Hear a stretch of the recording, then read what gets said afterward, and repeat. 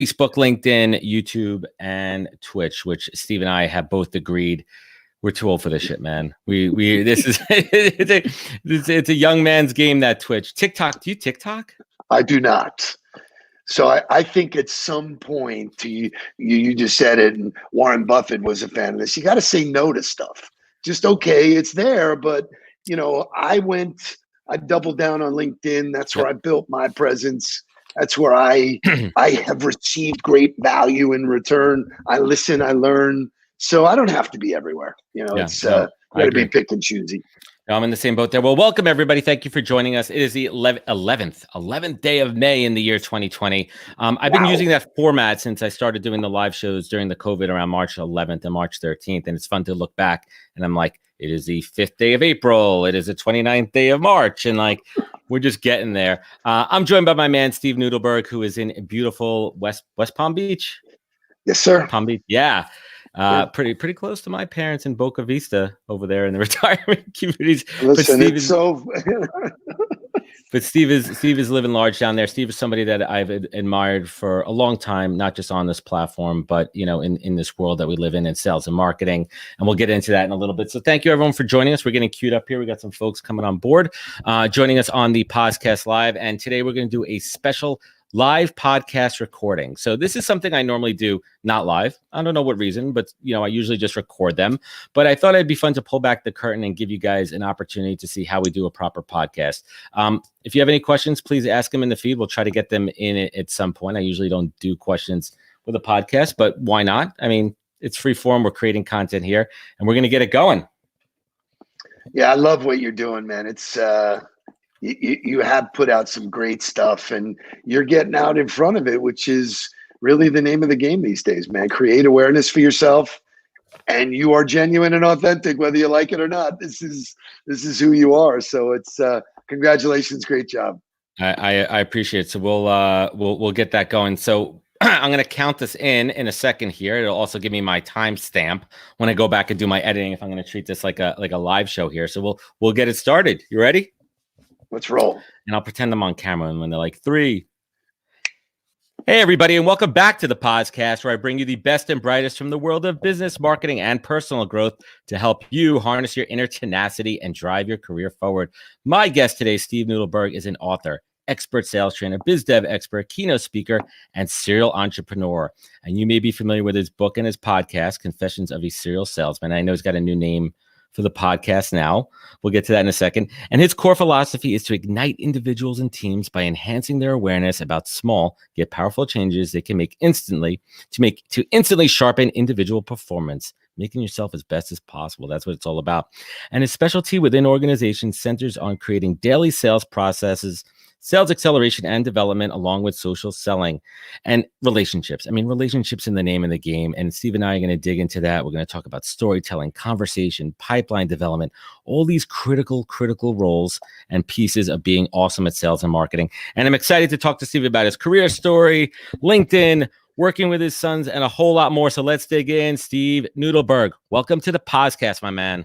What a pleasure to be here. Thank you for that great introduction. I want to pinch myself. Is that really me? Wow, man. Not, when I look back over the years and all those hard times, boy, maybe it paid off. You know what, man? And I think that's why I do it live, because you know what? I don't care who you are. You'd love to hear your story, right? I mean, it's a good thing. We're human there. So let's, before we get into the really, really good stuff, I think it's important to bring everyone up to speed on who the heck this dude, Steve Nudelberg, is sitting on the other side of my screen. So I'd love if you could share, a nice little summary of kind of your career story. I mean, we're not going to go back to medieval times or the dinosaurs. We're not going to be. I was born.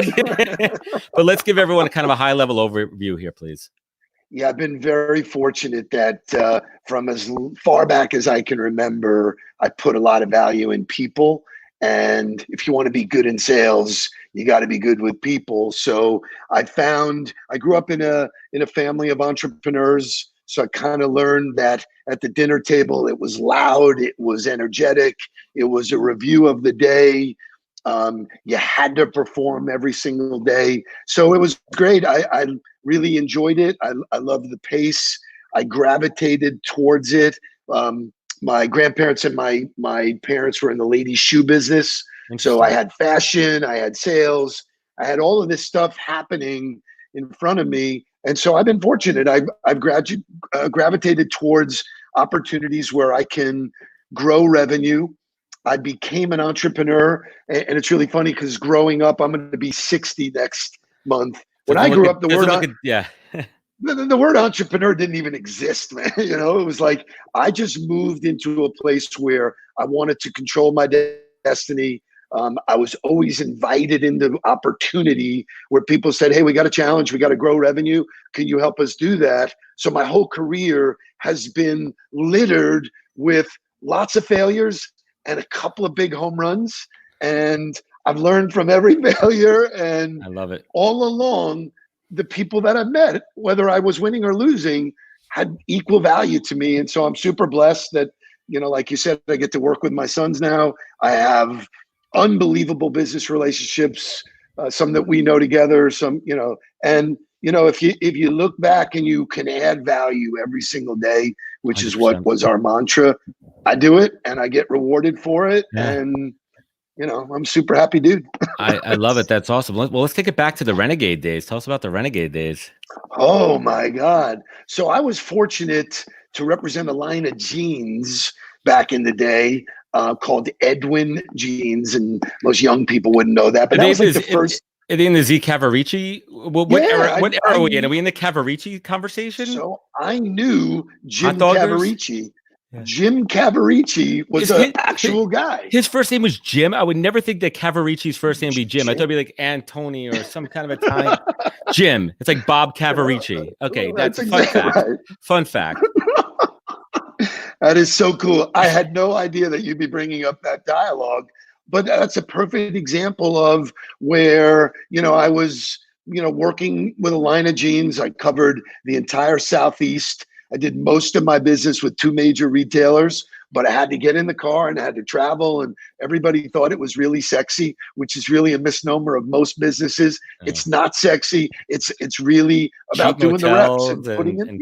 Yeah. Yeah. You know? Did we have good times? Listen, I remember when Tommy Hilfiger was the sock buyer from Morona, you know, so those were fun times, you know, that I just learned how to, you know, take advantage of everything at my disposal. And the most valuable asset of every step of my life has always been the people I get to meet, and I make the most of it, you know, so. And I think that's why you and I are talking right now, and we'll certainly dig into the power of relationships. I mean, every single success I have is predicated on relationships and not burning bridges and holding a value to them. But instead of all the good stuff, let's rewind and talk about some early career failures, because I think that's really critical to kind of set everything up here, right? Is learning from those early mistakes. Bring us back to a couple of those like early mistakes that you had where you course corrected, you learned from them, and you're really building on those, you know, looking back over the last 20 plus years.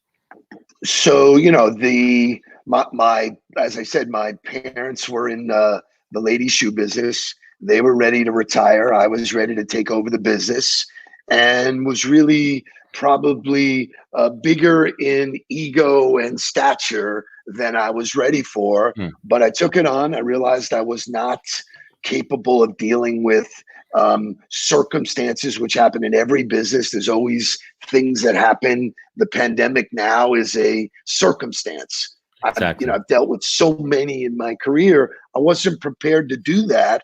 And so it failed. And, you know, what did I take away from that was I was willing to look at everything that I didn't do. For me, the biggest takeaway was that there's always mentorship at any given level, that if you're willing to ask, there's somebody who's been there before who will say, hey, listen, I'll send the elevator back down. Here's what I know, and here's how to avoid that. Paying it forward. So I think, you know, entrepreneurs or salespeople think that it's all about doing it themselves. Nobody ever does it on their own. There's always somebody or a group of somebodies that influence your life and your career. I just got good at asking, like, wow, I'm way over my head here. What do I do? What would you have done?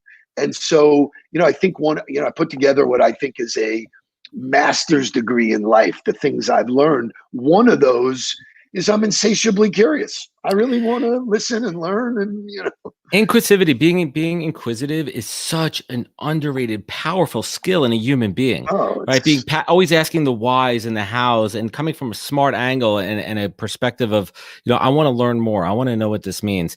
Were you, going back to the day when your parents had the shoe, what would you learn from them? Were you open to learning? Did you like pick things up? I mean, what were some of those things that you kind of walked away with? Well, so I initially just loved the interaction. I love the fashion part of the business. And so I was getting fed in a couple of different ways, but I really was a little closed off to learning because ego gets in the way. You think, wow, I know it all. This is a breeze. I can do it. What took somebody 30 years to do, I'm already doing because I had early success, and early success is just a bad tonic, man. It does set you up for failure quickly. It turned out to be a blessing for me, but if you really, could go back and rewrite the script, I would have learned more and said, this is how I taught my son, Mark, this intern mentality. Just show up as if you know nothing, take it all in, and then digest it and do it for yourself.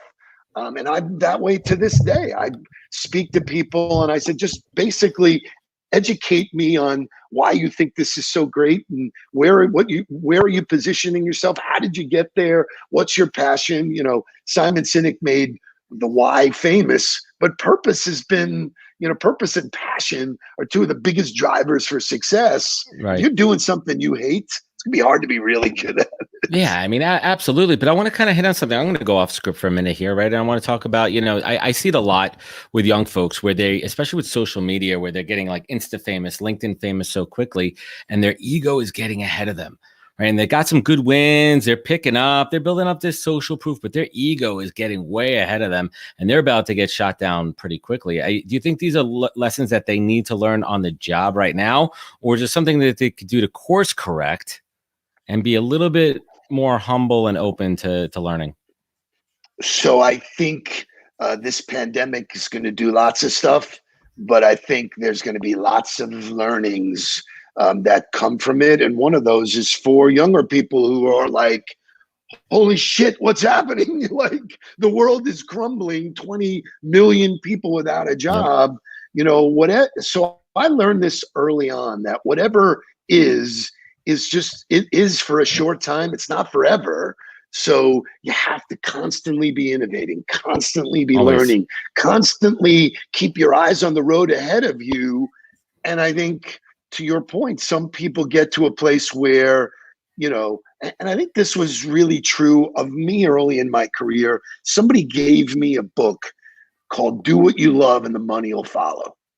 I was making more money at one point in my career than I ever thought I could make. It was unbelievable. Could buy anything, drive anything, but I was miserable. I really didn't like it. And it wasn't working necessarily with people I wanted to work with, or doing, anything that had any further value than just cashing checks. And you know what? It led to me making a career change at 34, where everybody around me looked at me like they said, dude, you're on top of the world. What are you doing? And I go, you think I'm on top of the world, but I got to get up every morning and sort of trudge through this. It's optics, right? Like what people see on the outside, they have no clue what's happening on the inside. And it's so interesting too. We were talking, before we went on air, my pivot was at the age of 35, and it's such an interesting age looking back at it, right? Like you're young enough where you could make changes and still have plenty of, road ahead of you, but you also could look back in that rearview mirror and see what happened before and learn from that. Right. I mean, I am grateful for my pivot at 35. So let's fast forward a little bit too. I love that you're an optimist. I love that you also have a positive opportunist mindset, which is, I think, certainly important, and always finding opportunities. And you talk a lot about, your 27 core leadership rules of engagement, right, in your book. And we're not going to go through all 27 right now, but like I want to highlight a couple of like those really key rules, and let's unpack them. I'll let you tell me which ones are like important now, the ones that we really should be focusing on. Great. So the rule that is most talked about, and there's a lot of them, but most people are trained when they greet people with, hey, how you doing? How are you? And that's basically an invitation for someone to take the monkey off of their back and put it on yours. Oh, my car, my house, my boss, whatever complaining, whatever soundtrack that is going on in their mind. And I've learned this in all of the training that I've done. Most people are just programmed negative. It's the first thing that comes to their mind. Right. Just to bitch to other people. Right. We shifted that behavior early in my sales career. And I say we because I've always worked with groups and whatever. And I said, we're not going to do that anymore. We're going to stand out. When we greet somebody, we're going to say, hey, tell me something good. And most people go to that Shaka Khan song, which is kind of cool. That'll be a gift for people the whole day. They'll be humming them. But you'll be surprised that people stop in their tracks and go, they can't even think of something good. When they think of something good, boom, whatever they tell you at that moment is what's important to them and what makes them feel good. And the more you make somebody feel good, the more they want you around. So it became very self-fulfilling that it was like, wow, like if you call my voicemail, which I give out my cell number to everybody, I don't care. They call, the voicemail says, hey, this is Steve. Tell me something good. Well, it's hilarious because I don't always get good news, but the person on the other end is kind of fumbling around going, I got good news, I got bad news, So. And if we're thinking about it from a sales perspective too, now you're changing their mindset to be in a positive mindset, to be more open and perceptive, which is what we're leading to. Right. And I think the problem with so many people, this is a tough one too. I think that there's so many amazing old school sales strategies and tactics that still apply today. And you got to put like the modern empathetic social spin on it too. But how have you kind of seen this transition? You've been in sales then, you've been in sales now, like what's working, what's not working? How are you teaching this? So I think one of the challenges that people have is they're looking for a silver bullet. There's no silver bullet. There's no one thing, hey, pay me this chunk of money and I'm going to make you a great salesperson. No. That doesn't exist. It's figuring out a process, investing the time and energy to physically do the process, physically and mentally, and then you figure out along the way what works and what doesn't. So I think sales today is the perfect fusion of what I learned at retail about how to deal with people and just using new school, new age tools. Right. And so, I think one of the things that I learned in retail was how to think on my feet and have a real-time conversation with somebody. Well, if you are not trained in building and maintaining relationships, guess what? Social media is going to suck for you because then it's just superficial. It's just, it's up in the air. I have been able to make meaningful relationships with people all over the globe because that's what I want to do. I don't want to sell them. I want to have genuine relationships that spin back, that say, hey, wait a minute, you're really good at this. How can you help my company?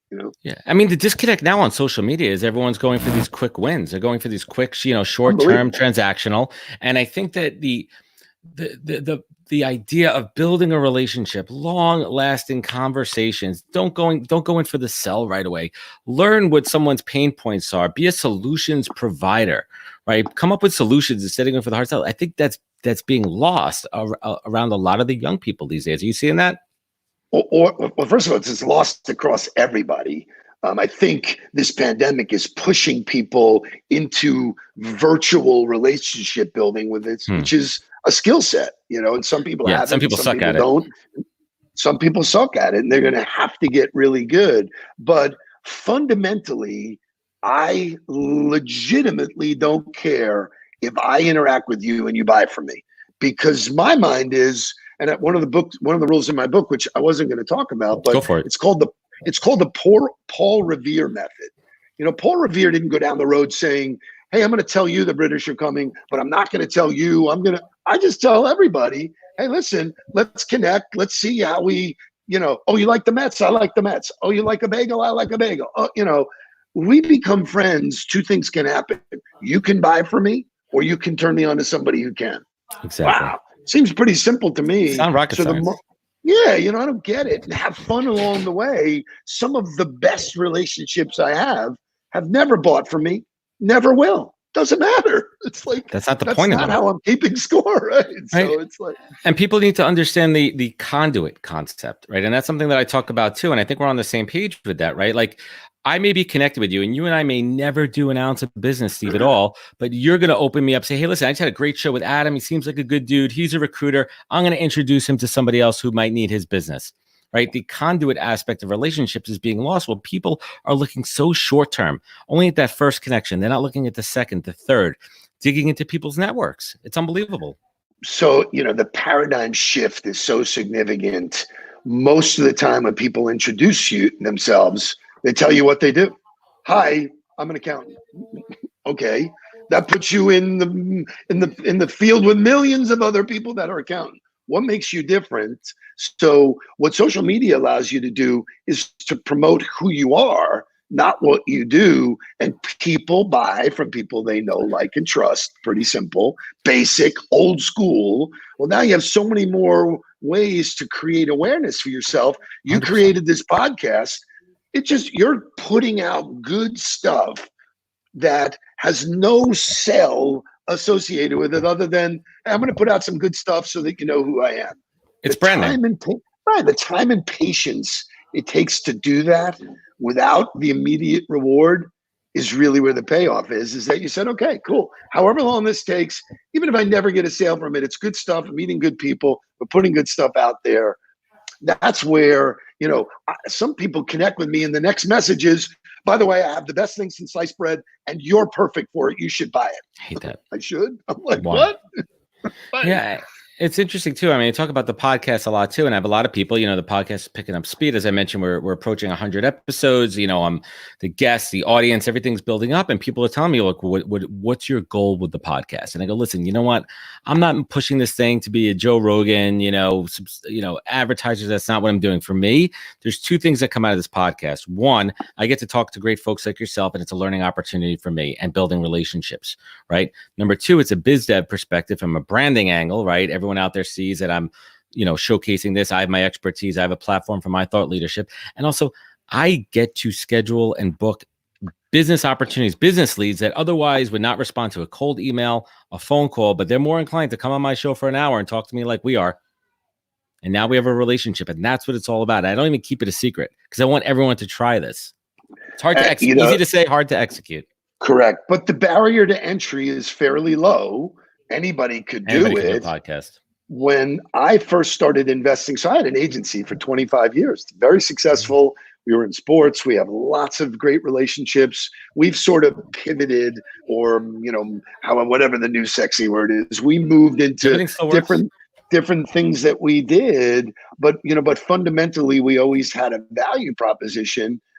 Well, when I invested in social media 5 or 6 years ago, and the current thinking at the time was you should just share what you know. I was like, what are you, out of your mind? It took me 40 years to develop all this stuff. I'm not just going to give it away.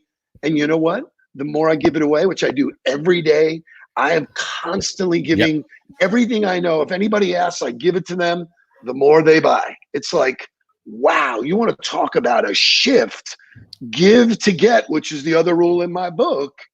When I would be in sales, and I don't know how I came up with this, it just was organic to me. I'd sit across from somebody like you. You tell me a few sentences about your business, and I would go, hey, you know what? You should meet my friend Steve. He's got something you guys should really meet. So I would give them an introduction up front. They would look at me like I had horns. They would go like, what are you doing? You're introducing me to somebody and we're not currently doing business? I said, listen, I'm going to put a lot of good out there and it'll come back to me somehow, some way without keeping score. And God, it's been game. What a ride. What a ride. But I mean, that's crazy too. I mean, I see it all over now. Everyone's keeping score. They're concerned with their likes and their following, their comments and everything. That doesn't mean shit. You know what means something? Your relationship means something and your checkbook means something. Those are the two things there, right? You could drive all these conversations. You could figure it out, blah, blah, blah. I got eyeballs and this and there. But if you're not converting on them and you're not converting relationships and you're not converting sales, what's the matter?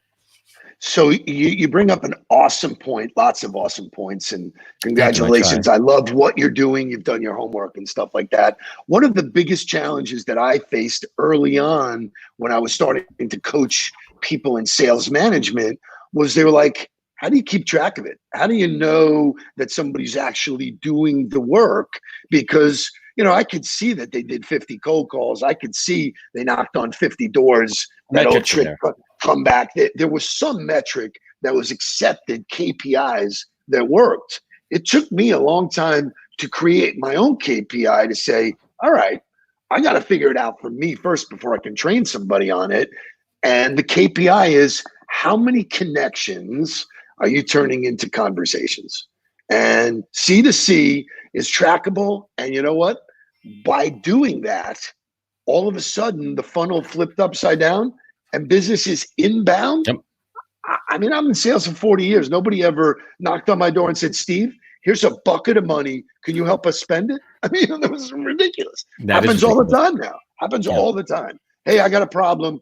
I've chosen you as the guy that can help me fix it. So, and why do you think that's happening? It's because you're investing in social and you're putting yourself out there and you're giving. It's all about adding value, and it's not rocket science, and it's being real. And dude, you have so much expertise and just life experience to share that's so valuable for everybody out there. Let's make a little shift to talk about LinkedIn, right? You guys do, sales training on LinkedIn, and we're not talking about the sales training where it's formulaic and, you're trying to get somebody into these like engagement pods and all this other BS techniques that mean jack shit there. But we're talking about real sales on LinkedIn, because let's be honest, I mean, that's what the platform was built on. It was about jobs and opportunities and connecting. So take us, a little bit behind the scenes, and how is your program different than all the other ones that are out there? So I think it fundamentally speaks to who I am in the marketplace. So I'll back up for 1 second. Sure. I noticed early on that all of a sudden everybody's a coach. They're a life coach. There's a financial coach. Don't get me started. I mean, like, wait a minute, would you get in the car with somebody who's never driven? Don't think so. So no qualification. I'm hanging out my shingle. Yeah. I'm a coach. I'm going to pause on my rant. Everyone knows where I stand on this. So I'm going to sit back and listen to Steve on this one. So I found it fascinating. So I changed my tagline to sales doer. Every single thing that I teach in LinkedIn, I do myself. I figured it out for myself. I didn't need LinkedIn. I didn't need, anybody to teach me the mechanics. I want to do it the finesse way. This allowed me to build relationships at scale and maintain them. And so I teach people the keys to success in using this unbelievable platform that, if you do it right, and the best example, which I love talking about, is my son. My son was, who did your show, 10 years in college football coaching, not selling. Yeah. Right. He was a football coach. Yeah. He says to me, Dad, I'm done. I want out. He goes, please, I want to make a change. I want to get into sales. I go, listen, it's not that easy. P.S. I was able to introduce him to some people. He was able to talk his way into a really cool position with ESPN Palm Beach. And he looked at me and he goes, Dad, they trained me on the product, which is what most training is, features and benefits. There was no training on how the hell do I do this? He was a process guy in football. Every practice, every football player, every basketball player has a rhythm, has a process of what they do. I taught him the process of how to use LinkedIn to build his audience. And all of a sudden, his audience started working for him. He was nominated for Rookie of the Year. He's now the president of our company, doing great, driving it because, and you've seen him, you said he's the genuine deal. Business is inbound to him because authenticity shines. You can't make this shit up. You can't fake it. You can't fake it. So let's talk about working with your son, right? Is this what it was all about? When your parents had the shoe store, when you were growing up, did you ever even have an inkling? It's crazy. I think about it now, I'm looking at my son who's 2 years old. I'm like, one day am I going to be working with give us a little bit of that parent mentality thoughts as well, and take us to that relationship. I love to, so part of this dream was, and I think parents, need to take a look at this. It was his life, not my life. I think a parent's job is to build the character in your kids so that they can go out and do whatever they want to do, not what you want to do. So, when he went down this coaching road, for me, it was like very exciting. And over the years, he's coached with some great coaches. He's been in buildings with 100,000 people where I've been there and been on the field. It was fun and it was sexy, but it did not match my dream of working with him, because I found him to have all of the skill sets to be really, really good at selling himself and then teaching people. That's what college football coaching is teaching people. He had to come to that on his own. So when he did, and now that we are working together, I pinch myself every day because it's bizarre, but we were very pragmatic about the pitfalls. Still his dad. Mm-hmm. So, nobody, the common theory is, oh, your dad's picking you up and saving your ass. Well, that was clearly not the case here. And then I said to him, I said, listen, I don't want you to work for me. My career is in a different place. If you want to jump into the driver's seat and on the ball, you got to show me how you're going to do that. I built a reputation for 27 years in this business. Show me what that looks like, put it in writing.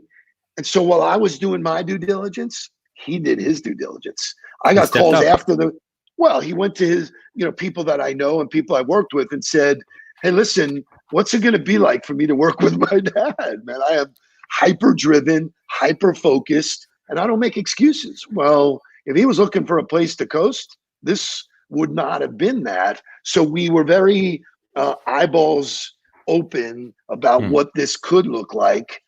And then, the proof is in the pudding. We made plans to do it. April 1st was going to be his kickoff date, which we thought we'd make fun of April Fools. Oh my God, who would think it was a joke and who wouldn't?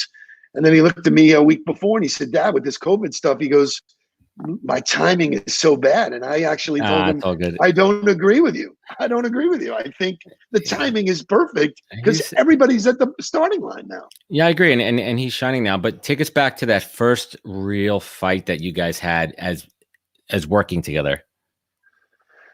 So we have yet to have a fight working together because maybe it's something still personal new. that kind of flowed over. New, but we've had some real deep.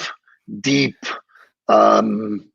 would be not classified as arguments. They would be, defining moments where I said, hey, listen, dude, that's just not how we play. Yeah. And up until now in his life at 33, there was a time when I had to help him maneuver through bad decisions. And I felt like I felt that was my responsibility, and I was willing to have him hate me at the time for it.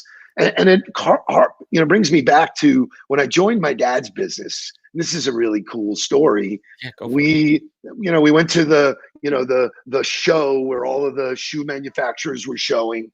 We were buying shoes all day, and I was really having fun. Well, I connected with a couple of the guys in the space, and they go, come on, man, we're going out tonight. Come with us. The manufacturers usually take, the retailers out. Well, we didn't go out. We went out.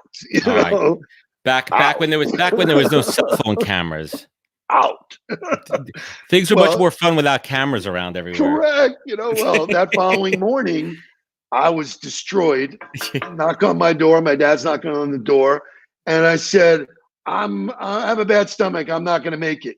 Put my head under the pillow again. Next thing you know, manager's opening the door. My dad grabs me, throws me in the shower and said, oh, you are going to this event, whether you like it or not, because you will learn that you could do whatever you want, but you have to show up.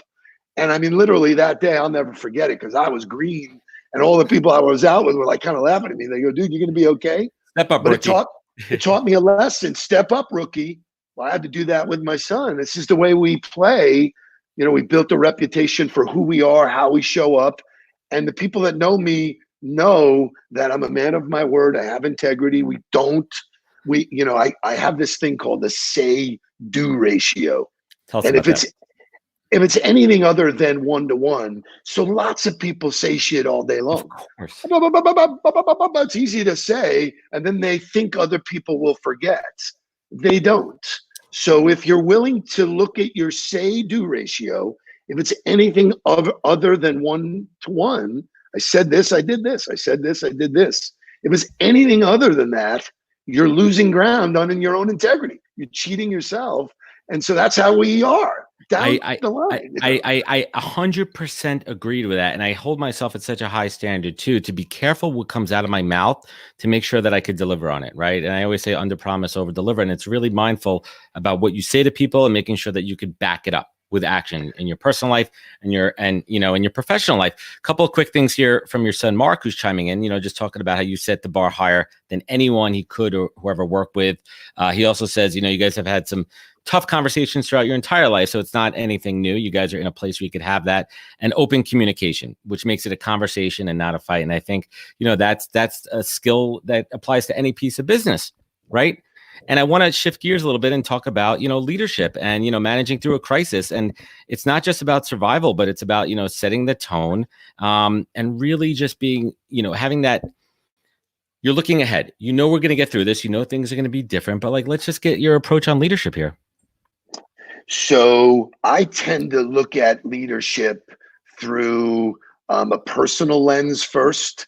I think people need to look at themselves as the CEO of their own life, which will dictate their own decisions before they take care of everybody else.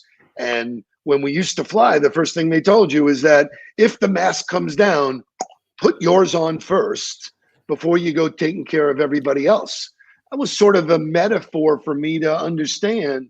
You got to take care of yourself. If you're, if you get hurt, if you're not out in front of it yourself, it's going to be hard to really teach other people, so I've always set the bar high for myself. I always looked at my decisions. Not all of them were good. I mean, I think the people who work for me in the cell phone business, which was one of my bigger plays early in my life, they would tell you, man, Steve, you were the biggest prick I ever knew, because it was all about me, not about them. Leadership really now is all about them. How can I make them better? And you sort of got to come to a place in your life where you're okay with them getting better, which for me, I was always threatened by that. Well, we live in an abundant world. There's enough success for everybody if you're willing to scratch and claw to get your own. So when I talk about leadership is helping people define action at a time of crisis. So my phone lit up when this whole thing, happened, and sales leaders and CEOs were calling me. They go, what do we do? And I gave them my opinion. Never, ever, ever been a better time to prospect. And I put a video out like that, and they were like, really? How insensitive can you be? And I go, I didn't say sell. I said prospect, research, ask people how you can help. Build your garden, because when we come out of this, which we're starting to peel out of it, very much like 9/11. Listen, I was in sports hospitality back then. We did more in the Super Bowl than we did all year. Well, there was nobody talking about the Super Bowl after 9/11. It was over, So what you learn, that these things are cycles. You get better at planning. This one nobody ever saw coming. But here was the leadership advice I gave. I said, focus on the one thing you do really, really well, and do that. Forget about the economics. Just do that. And people went, holy shit, dude, that's brilliant. That's what I did. I know how to take people into a virtual environment. Been preaching it for years. Nobody listened to me because they were stuck in their old ways. All of a sudden, here's a crisis, shakes people up, puts them in a new way. I think the sales world will never be the same because sales management didn't trust people to work remotely. Got no choice now, and it's working. You got to trust your people. You got to trust your people. Yeah, and I love it, man. And a couple of things, just to kind of, touch on there, and we'll talk about managing the clock. That's something I'm doing now, managing the clock. But you hit on something with the airplane analogy that, Dave Meltzer said to me, somebody that I hold in a pretty high regard. He said to me in early March, right when this thing was coming on, he used that same analogy, and it really resonated with me. And that's something that I've been repeating daily, right? Like, take care of myself, be my best self so I can be best for everybody. I mean, that's critical too. And the other word, which keeps coming up in my head that I repeat daily, is be invaluable. Be invaluable. when you're in sales right now, if you can't make those sales, whether it be your industry or some other logistical reason you can't be, what other value can you give to your clients that's not trying to sell them shit, right? How else could you consult on their business, find their white spaces? They have horse blinders on. How do you look outside of that? How do you consult and add more value? So when we do come out of this, you're going to be the first person that they're going to look to. So it's funny, we do this daily huddle in the morning, which is really our conversation about how to kickstart the day. This thing happened. We allowed people to see us doing it. We have the tools to do that. But one of the things I do is I use music to move emotionally. Changes your state of mind. Certainly Tell Me Something Good has that Shaka Khan's, background. Yep. But I use the Beatles song, Help. We're in the help economy now. Mm-hmm. Help. I need somebody, not just anybody. Help. And the way Beatles know everything. They're so ahead of their time. Unbelievable. They were so hip. I mean, we just watched another a documentary on Netflix about them that was so real and so genuine. They had no idea what hit them, but their words are so powerful. And legitimately, if you reach out to somebody and go, how can I help? Who can I introduce you to? To your point, they don't forget, but it has to be genuine. You can't go, hey, how can I help? And oh, by the way, we have a special on this. What? That's incongruent with what you started. It's tone deaf. It's tone deaf. So Steve, let's bring it home here, man. Let's bring it home. And I have a series of questions that I'd love to ask every guest. As I mentioned before, this is my time to learn, right? This is my selfish, I'm going to learn from awesome people like Steve Nudelberg. What is the single greatest piece of advice that you've ever received that you take action on every single day? Single greatest advice. Wouldn't it be a shame to be climbing the corporate ladder just to realize it's leaning against the wrong building? That's a good one. It's the whole mentality of, there is a book that says, do what you love and the money will follow. I am having the greatest time of my life sharing my gift. And you know what? There's more riches in that are not just money riches. And I think we were programmed, go get the money, go get the car, go get the house, go get the shit that you can show everybody else how great you're doing, but you're miserable. If you do what you love, there's so much energy and so much passion in that's where you're supposed to be. Yeah. No, I absolutely love it. So Steve Nudelberg, now it's time for you to tell me something good here. Tell me an amazing silver lining, a professional silver lining, and a personal silver lining that you've experienced over the last 2 months. Tell me something good, man. Over the last 2 months. Yes. So silver linings during COVID.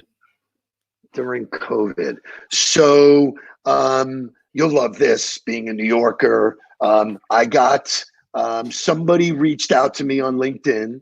They wanted to connect. They sent no note, no nothing up front. I don't just accept invites. So I said, hey, thanks. Like, what are you thinking? What do you want to do?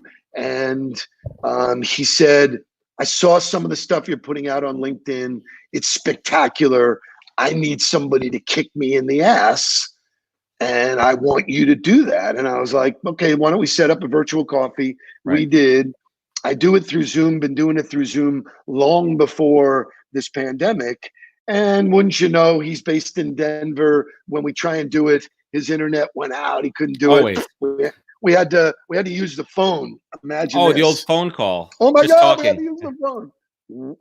90 minutes on the phone, just connecting, having a great time. And wouldn't you know that blue suede Pumas came up in the conversation. So I don't know if you're old enough to remember blue suede Pumas, but Walt Frazier, who played for the Knicks, that was his signature sneaker. When I played basketball as a young kid, it made me better. That and Pete Maravich socks. The moral of the story is we get on talking about all of the commonalities. I hadn't thought about blue suede Pumas in forever. He says, listen, this has been fantastic. What does it take to work with you? So he hires me as a CEO coach. We get off the phone. I go on Amazon. I buy a pair of blue suede Pumas. I sent him a note. I said, by the way, what shoe size do you wear? And he was like, question mark. He goes, 10.5. I sent him blue suede Pumas. I made a friend for life. Forget about whether I coach him for a month, a week, it all came in, and I'm so grateful for making a friend that, that's where the riches are. So it's a real story. If you follow me on LinkedIn, you'll see he's the CEO of an big architectural firm in Denver. And it's never too old to teach. You can teach new tricks to an old dog. I love it, man. And being receptive to coaching. I mean, that's another point that's kind of coming through here. I mean, everyone talks about Tiger Woods has a coach, Serena Williams, all these top athletes and performers. They all have coaches. Who do you think is coaching them, right? But again, you want to make sure that you're checking references on that. So, Steve, last but not least, right? You've been through it, the ups and downs of life, man. You've seen the top of the mountain. You've seen the bottom of that hole. You've kind of been in every possible situation, right? So when you've been down at your lowest and you've had to look up, right? And you needed something to pull you through. And on the other side of that, when you're sitting at the top, you're working with your son, business is flying, life is good. You feel like you haven't worked a single day in your life. What do you look to for gratitude? Steve Nudelberg, what is your North Star? So the reason why I wrote the book, Confessions of a Serial Salesman, is people have asked me that question my whole life. They said, dude, you've reinvented yourself more than anybody I've ever seen. You seem to be a thought leader. You're on the front end of all of these movements. How do you do that? You do it with process. You figure out what works and you repeat it every day. It's boring. It's mundane. It's not sexy. But my 27 rules, when it's not working, I go back to the rules and go, what am I not doing? What did I,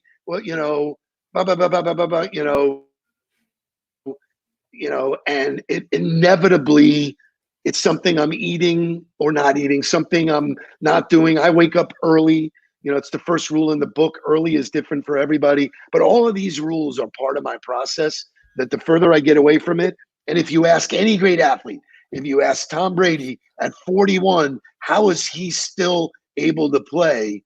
Because he has a process. He takes care of his mind, takes care of his body, and the results are there. So he doesn't watch the scoreboard. He plays every down. Yeah, I love it, man. Steve, thank you for joining us today and making time. I mean, this was absolutely incredible, and I appreciate you, man. You're awesome. I mean, listen, part of the gift that social media has done is allowed this. This was a meaningful conversation. I got to learn more about you. I have no doubt that we're going to be friends and refer people. And, you welcome quality people into your life every day, and you watch what the results do. I go by plan your work and work your plan every morning. Plan your work and work your plan. I repeat it. Steve, thank you. Where could folks find you? Where could they connect with you? Drop the podcast, drop the book. Tell us everything. Tell us something good about all that good stuff. I was given a gift with a last name, Nudelberg. There are not going to be many of them. Mark has jumped into space, so now there's 2 that you could probably find at the top of the social media funnel, but it's at Nudelberg across every social media platform. I actually answer all of my own social media. I answer all of my own emails.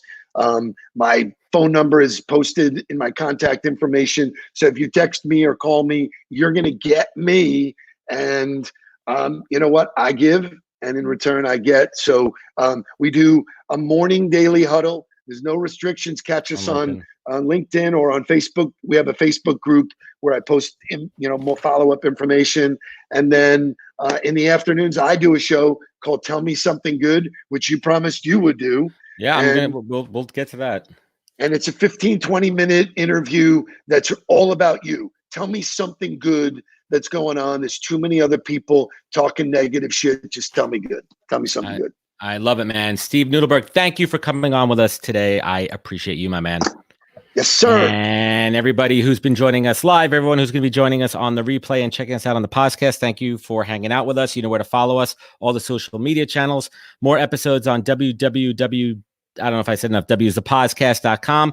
Remember, take your online connections offline, real meaningful relationships. Steve and I could preach this all day long. I appreciate you, Steve. I appreciate everyone listening. Take care, wash your hands, be good to each other, and catch us next week for another great episode of the POZcast. And then we cut. And then normally if it's a podcast, this is where we stop talking and I still rap with the guest, but that's where I cut the show off. And that's how we do a podcast, everybody who is paying attention and still hanging out with us today. Awesome. That was great. And then I do a David Letterman thing where I throw it didn't really work too well. You know how he had those note cards and he would like throw them across. But it's prep, man. You know, I believe in doing the research for a show because if you come on, there's a lot of people that try to wing this shit, man. Renegade. Wow. You could thank your son Mark for that one. Mark, thank you for the Renegade. Look, it worked. I asked him for a curveball. You know, it's interesting because in the book, I write about my son Jake, and my son Jake had some things happen in his life. And I said, look, you know, everybody in their life has to learn to hit a curveball. Yours is earlier than some, but so here you threw me a curveball and it was a doozy. I, in my head, went to, how does he know about Renegade? It's so good. It's the curveballs, right? Like it's the knuckleballs. Because listen, we talk about the baseball analogy. If you work on timing and you could hit a 95-mile-an-hour fastball all day long, you know, that's a science to that. It's timing and everything. But the way pitchers make their money is when they catch you off guard. Yep. And the way a batter makes their money is by learning how to hit that curveball. Right? When you learn how to hit and throw a curveball, you know, that's a moneymaker. Well, awesome stuff. I got some shout outs here. We got Mark. I also connected with Scott Garber. He's an awesome, interesting dude in the Nudelberg clan. He's crazy. The Nudelberg clan is awesome, and his story is great. I love it. Dustin Wilshire, thanks for checking in. Dustin's my man in TA. We're not gonna. Let's see who else. We got a bunch of other folks that were hanging out with us today. Certainly appreciate it. Monica, thank you for hanging out. Steve, thank you so much for your time. We're going to wrap this one up. This will be live on LinkedIn on the replay. Well, replay on the LinkedIn Live. People could catch it there. It's also immediately up on YouTube. If anybody wants to catch it, feel free to reach out. And tomorrow I'm taking the day off, but I'll be back Wednesday with April Spritz and Victoria Rush. We're going to talk business marketing and recruitment marketing. Steve, thanks for your time, man. Putting your stuff out there, brother. Thank you. All right, everyone, take care. Bye-bye. Bye-bye.